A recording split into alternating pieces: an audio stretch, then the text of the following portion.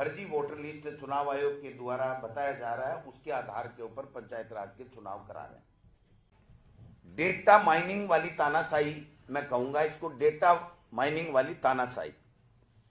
जो विरोध करते हैं, जहां ज्यादा विरोध है उनका डाटा एकत्रित करके और उस तरीके के लोगों के वोट काटने के लिए इन्होंने प्रिंटेड फार्म ब्लॉक में 2000, 4000, 5000 ये फार्म देकर के इनके नाम काटने के लिए तुरंत मंत्रियों के द्वारा और सीएमआर के द्वारा बैठे हुए अधिकारी, जिला कलेक्टरों को, ईआरओ को दबाव बना रहे हैं कि जो हमने फार्म दिए हैं उन फार्मों को आप स्वीकार करो और इनका नाम हटाने का काम करो। एक जो सरकारी कर्मचारी है बीएलओ, उसके ऊपर अनावश्यक दबाव भारतीय जनता पार्टी के लोग बाग, नेता लोग दबा रहे हैं कि आपको यहां रहना नहीं क्या। और जो भी जिला कलेक्टर सुन ले कान खोल के, कांग्रेस पार्टी का हर कार्यकर्ता इनकी पूंगी बजा देगा अगर इन्होंने भारतीय जनता पार्टी की सह से अगर गलत काम किया तो। जो हमारे संविधान ने हमें दिया उस वोट के अधिकार को ही खत्म करने के ऊपर आमदा है, इसका हम लोग विरोध करेंगे। आज एक बहुत ही महत्वपूर्ण विषय के ऊपर आपसे चर्चा करने के लिए यहां हाजिर हुए हैं। हमारे राजस्थान में एसआईआर चल रही है। पहली बात तो इस एसआईआर की आज की तारीख में यहां पर आवश्यकता नहीं थी, क्योंकि अभी चुनाव में 3 साल से अधिक समय है और एसआईआर के चलने के कारण से हमारे नगर निकाय और पंचायत राज के चुनाव भी लेट हुए। और दुर्भाग्य है कि एसआईआर होके भी जब पूर्ण होने लगी तब पुरानी वोटर लिस्ट से, जिसको फर्जी वोटर लिस्ट चुनाव आयोग के द्वारा बताया जा रहा है, उसके आधार के ऊपर पंचायत राज के चुनाव करा रहे हैं। एसआईआर में जो प्रक्रिया चली उसमें हमारे बीएलए ने पूरी तरीके से इसमें साथ दिया, भाग लिया। सब जगह हमारे पार्टी के प्रतिनिधि वहां जाकर के समय समय के ऊपर, चाहे वो ईआरओ हो, चाहे वो डिस्ट्रिक्ट के अंदर आरओ हो, डीआरओ हो, चाहे चुनाव आयोग, मुख्य चुनाव आयुक्त और हमारे राजस्थान के नवीन महाजन साहब हों, सबके साथ में हमने बराबर संवाद किया और बराबर हमारी पार्टी ने सहयोग किया कि एसआईआर हो रहा है। लेकिन बड़ा दुर्भाग्य है कि एसआईआर के दावे और आपत्ति के आखिरी जब 3-4 दिन रहे तो यहां पर राजस्थान में बीएल संतोष जी, जो इनके महामंत्री हैं संगठन के, वो यहां पर आए, गुप्त बैठकें हुई और दिशा निर्देश जारी किए एसआईआर में किस तरीके से क्या करना है। उसके बाद में अमित शाह जी आए, उन्होंने आप सबने चलाया कि 4 घंटे तक सीएमआर में बैठकें की गई। उन्होंने अपने हिसाब से क्या इनको निर्देश दिए और उसके बाद में आनन फानन में सीएमआर से हर विधानसभा क्षेत्र में एक पेन ड्राइव देकर के एक डाटा दिया गया। वो डाटा के आधार के ऊपर ब्लॉक फर्जी हस्ताक्षर करके और प्रिंटेड फार्म जो पहले से किसी प्राइवेट कंपनी के द्वारा या बीजेपी के कार्यालय में भराए गए, ऐसे हजारों की संख्या में फार्म काफी विधानसभा क्षेत्रों में 1000, 2,000, 5,000, 7,000 इस तरीके के फार्म जो फर्जी हैं, कहीं भी बीएलए के कोई हस्ताक्षर नहीं है, नियमों में नहीं आ रहे हैं, क्योंकि नियम यह कहता है कि ड्राफ्ट प्रकाशन से पहले एक बीएलए प्रतिदिन 50 फार्म जमा करा सकता है। वो काम पूरा हो गया, ड्राफ्ट प्रकाशन हो गया, उसकी अंतिम तारीख 15 तारीख यानी आज है। और ड्राफ्ट प्रकाशन के बाद में एक बीएलए केवल 10 फार्म प्रतिदिन ही नाम जोड़ने या घटाने के दे सकता है और उसका डाटा चुनाव आयोग को पूरी तरीके से ऑनलाइन उपलब्ध कराना होता है, हाथों हाथ। और ऐसा कराया भी गया, 13-14 तारीख तक कराया भी गया। 14 तारीख तक का मेरे पास में डाटा है। 14 जनवरी का चीफ इलेक्टोरल ऑफिसर राजस्थान, ये डाटा है। इसमें जो भारतीय जनता पार्टी है उसके बीएलए 973 ने फॉर इंक्लूजन जोड़ने के लिए 211 नाम और एक्सक्लूजन हटाने के लिए 5694। ये 14 तारीख का डाटा है। चीफ इलेक्शन ऑफिसर का डाटा है, मेरा डाटा नहीं है।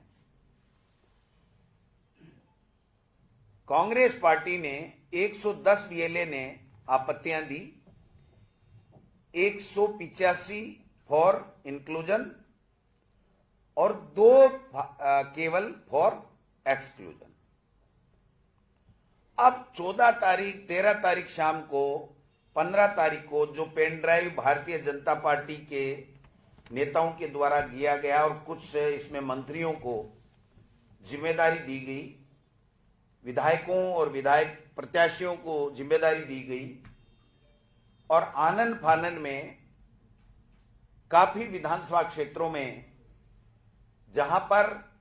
या तो कांग्रेस पार्टी बहुत कम मार्जिन से चुनाव जीती या कांग्रेस पार्टी अच्छे मतों से, उनका वोट बैंक ज्यादा था, जहां पर एससी, एसटी, माइनॉरिटी,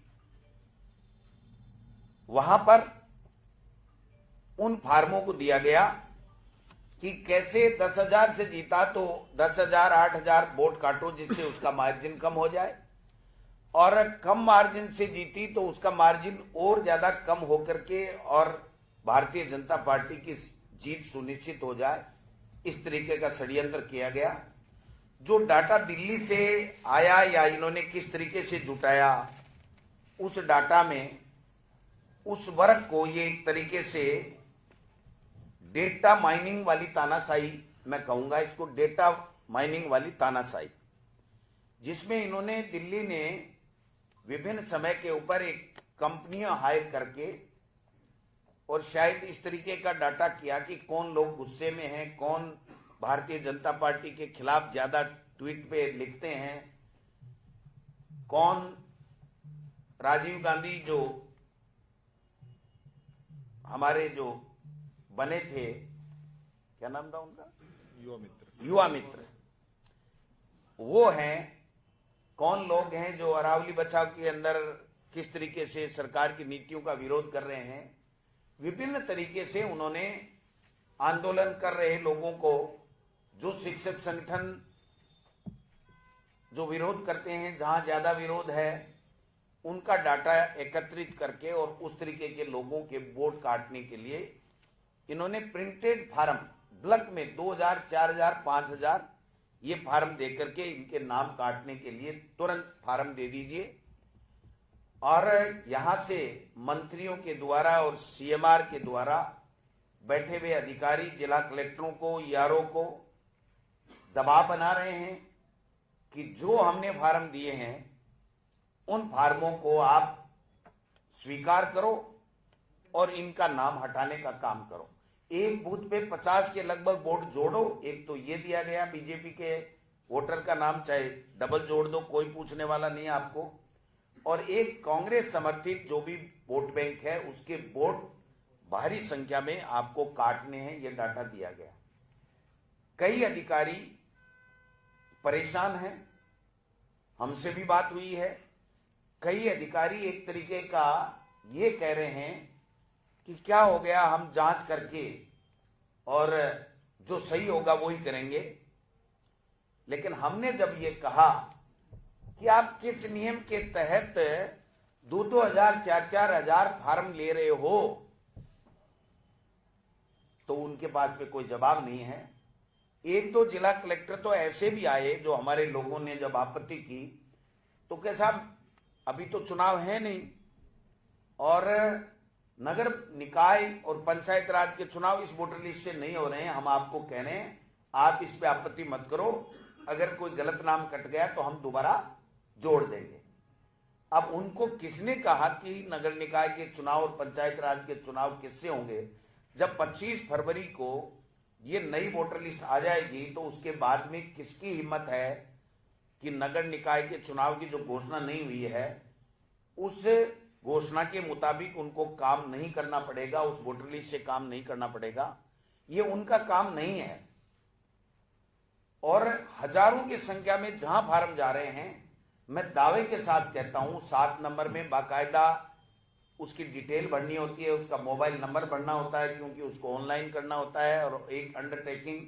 उसको देनी होती है कि ये जो मैं जानकारी दे रहा हूं ये सही है, मेरी जानकारी से ये गलत नहीं है।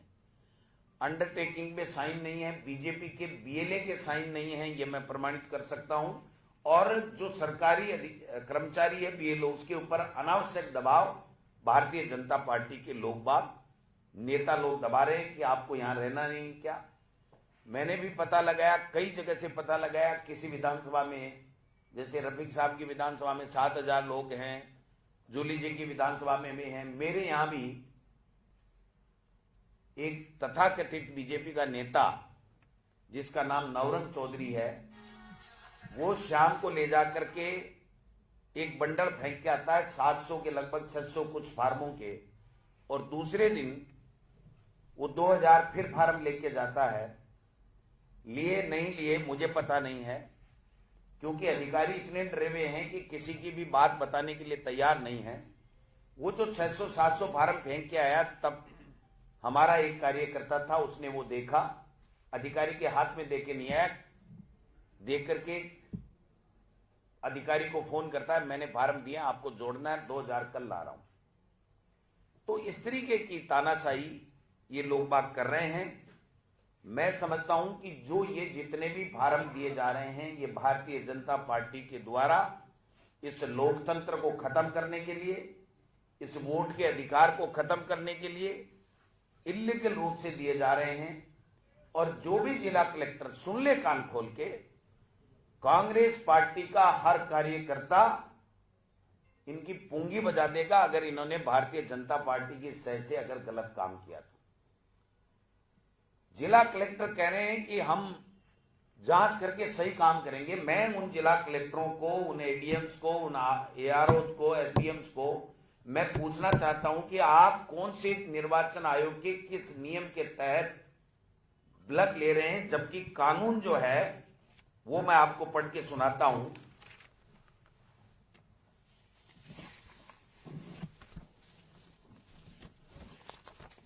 जो रोल मैनुअल 2023 है उसके para 11(3)(2) second, no blank application shall be, साफ लिखा हुआ। और पैरा 13 9B(3) बीएलए मतदाता पंजीकरण नियम 1960, rule 23B require evidence given be oath on oath, शपथ के साथ में आप एविडेंस देकर के और वोट काटने की बात करोगे या वोट जोड़ने की बात करोगे, ऐसे नहीं कर सकते आप। और मैं समझता हूं कि ये इतनी तानाशाही नहीं की जा रही है, अधिकारियों को धमकाया जा रहा है। और आज भी कल रात से इतने अधिकारी परेशान हैं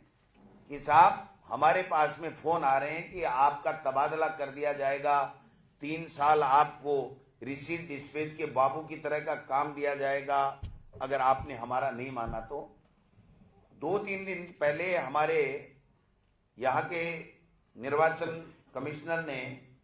नवीन महाजन साहब ने मीटिंग बुलाई थी जिसमें हमारे एडवोकेट कुलदीप पूनिया जी गए थे। वहां पर बीजेपी की तरफ से एक तो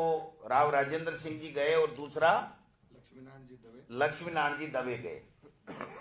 लक्ष्मीनारायण दवे ने, ऑन रिकॉर्ड है ये चीज, कि ये कहा कि साहब ये जो 10 की लिमिट है इसको अनलिमिट किया जाए। 11 या 12 तारीख, कितने तारीख की बात थी?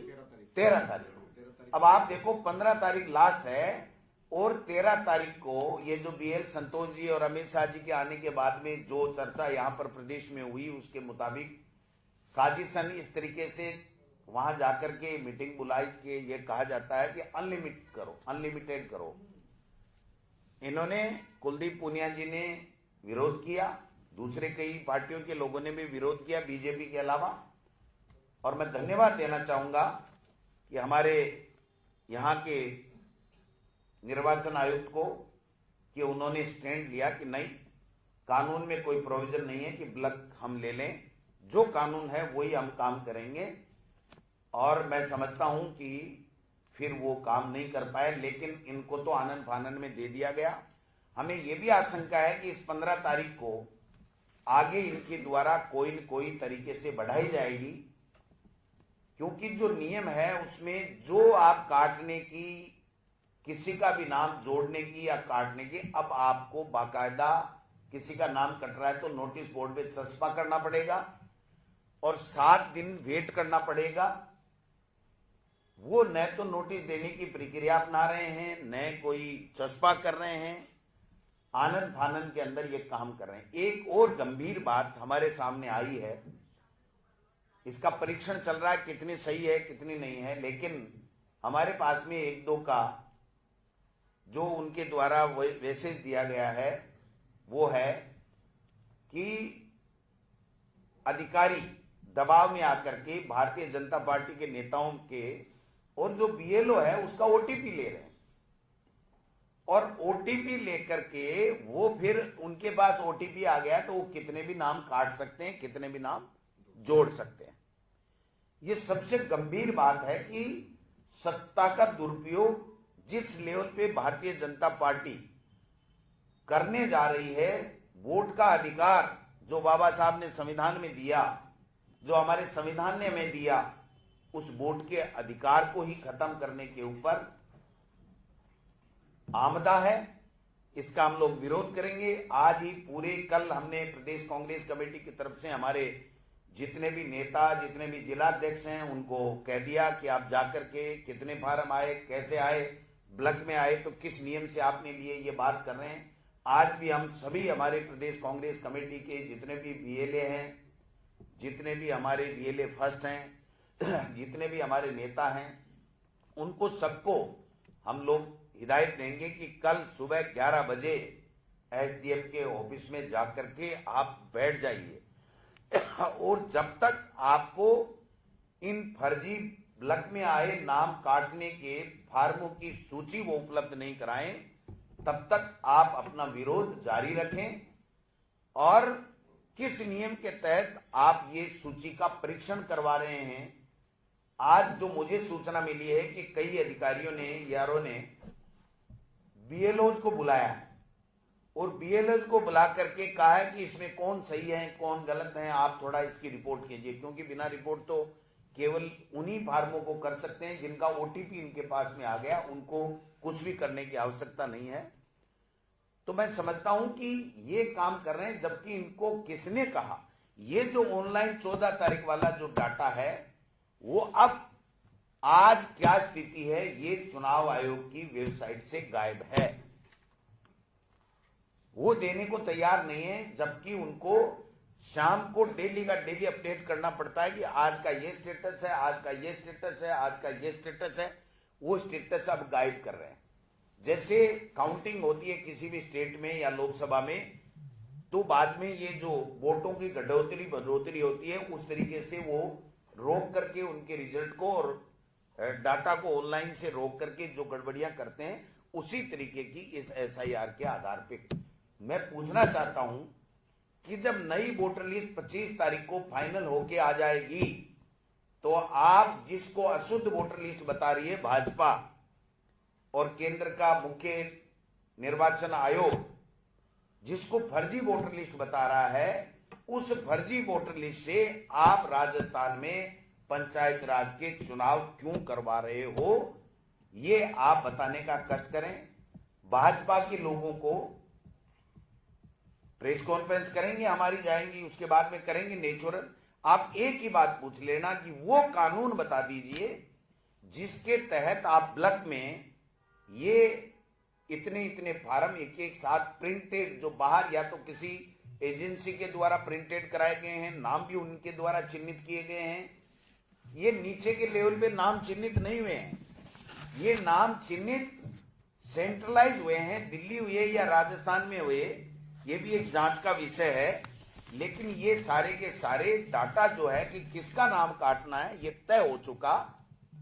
और उसमें प्रमुख रूप से जहां पर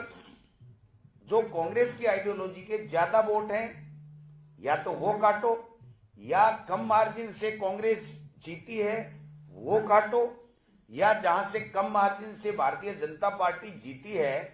वहां पर नाम ऐड करो। हर जगह इनको टारगेट दिया गया कि 50-50 नाम हर बूथ पे फर्जी जोड़ो। जो डबल के नाम से, शिफ्टेड और अपसेंट के नाम से जो थे, उनमें भी घालमेला किया जा रहा है कि चिन्हित करो कौन बीजेपी का आदमी है, तो उसको शिफ्टेड से हटाओ, मेन वोटर लिस्ट में लाओ, अपसेंट से हटाओ, मेन वोटर लिस्ट में लाओ, और जो कांग्रेस माइंडेड है उसको आप इसके माध्यम से हटा दो। और अब ये ब्लॉक में देख करके ये साजिश कर रहे हैं फर्जी वोटर लिस्ट बनाने का। तो एक तरफ पुरानी वोटर लिस्ट को फर्जी बता करके एसआईआर शुद्ध वोटर लिस्ट के नाम से कर रहे हैं, और एक तरफ से जो एसआईआर अब तक हो चुकी उसके अंदर इस तरीके से संख्या में, हजारों की संख्या में हर विधानसभा से नाम काटना और हर बूथ वाइज नाम बीजेपी आइडियोलॉजी के फर्जी जोड़ना, ये जो किया जा रहा है ये इस देश के लिए, इस लोकतंत्र के लिए, संविधान के लिए बहुत खतरनाक है। ये मैं निवेदन करना चाहता हूं। बाकी आप कोई बात करोगे तो मैं समझता हूं कि उसका हम सब जवाब देंगे। मैं चाहूंगा कि पहले हमारे नेता प्रतिपक्ष भी अपनी बात शेयर करें, फिर उसके बाद में हम एक दो वीडियो भी आपको दिखाएंगे जो साफ और स्पष्ट होगा कि किस तरीके की धांधली, किस तरीके की बेईमानी ये लोग बात अधिकारियों पे दबाव बना के बीजेपी के नेता यहाँ पर राजस्थान में कर रहे हैं। फिर मैं चाहूंगा कि जो रफीक साहब है उनके इलाके में 2 दिन से जो तांडव नृत्य वोटों को काटने का चल रहा है वो भी अपनी बात शेयर करेंगे। और कोई भी बात होगी तो हम लोग आपका सवालों का जवाब लेंगे। मैं चाहूंगा कि नेता प्रतिपक्ष टीकाराम जूली साहब आपसे मौका दें।